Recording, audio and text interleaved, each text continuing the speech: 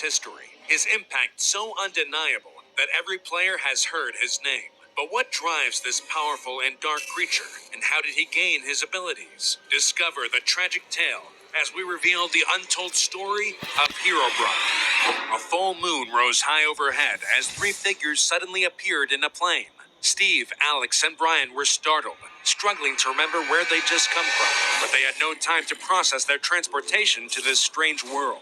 We have to get out of here, now!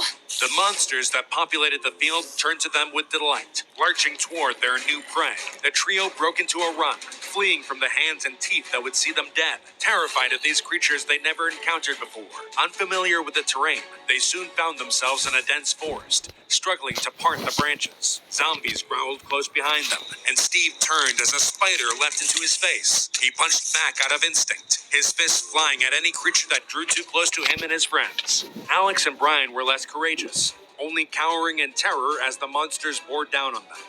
I can't hold them off alone. If you guys can't help, we have to run. How? This forest is too thick to walk through!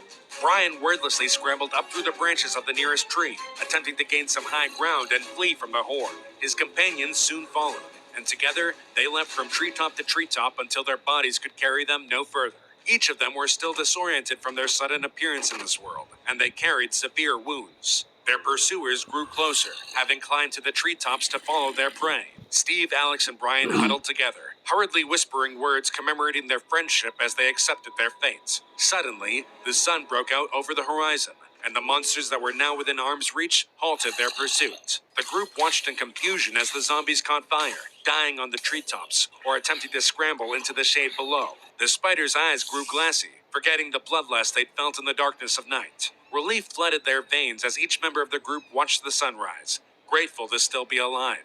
This world seems dangerous. We don't belong here, do we?